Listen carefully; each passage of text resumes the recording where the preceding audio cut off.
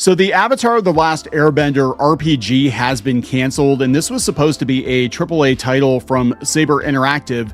And it's also another indicator, at least in my opinion, that Paramount is not interested in Avatar as a franchise going forward. They, of course, dumped the movie, the Aang movie, onto streaming. It was supposed to get a theatrical release. It got leaked. They didn't seem to really care that much. I guess the guy got arrested.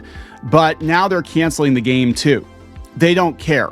And part of the reason they don't care, in my opinion, is that they're looking to sell either Nickelodeon or Cartoon Network before they finalize the Paramount Warner Brothers merger. Apparently, there's some hang-up in the EU that they can't own more than like 40% of children's programming. If they own both Nickelodeon and Cartoon Network, it's going to be a problem for them. And as those assets are deprecated, basically, kids are not watching Nickelodeon and Cartoon Network anymore. They're watching YouTube and they're watching Netflix, then those two channels really aren't worth that much. So they could just be cutting their losses. That's my opinion.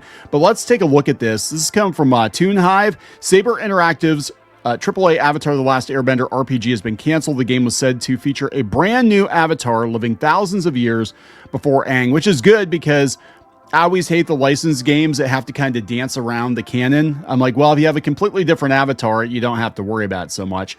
But this is coming from Greg Baldwin. This is the voice actor, right, of Uncle Iroh, I believe. Yeah, he's Uncle Iroh. Okay, he says, hard truth, I can speak freely because I'm 65 years old and my pocket full of Fs is seriously depleted. Working as a paralegal at various studios in LA for 30 years, I had the opportunity to observe studio executives closely.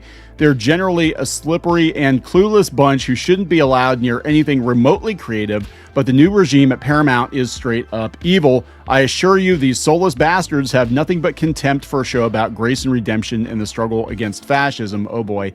ATLA is a mystery to them. They do not value the franchise. I do agree with him there.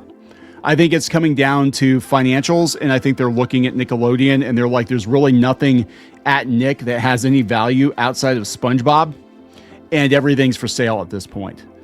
So, let's see here. Other Avatar: The Last Airbender fans have been vocal about how Paramount has handled the beloved Nickelodeon cartoon in recent years, says IGN.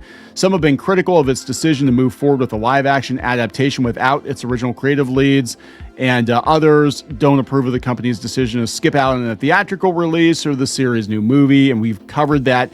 It just looks bad for Avatar right now.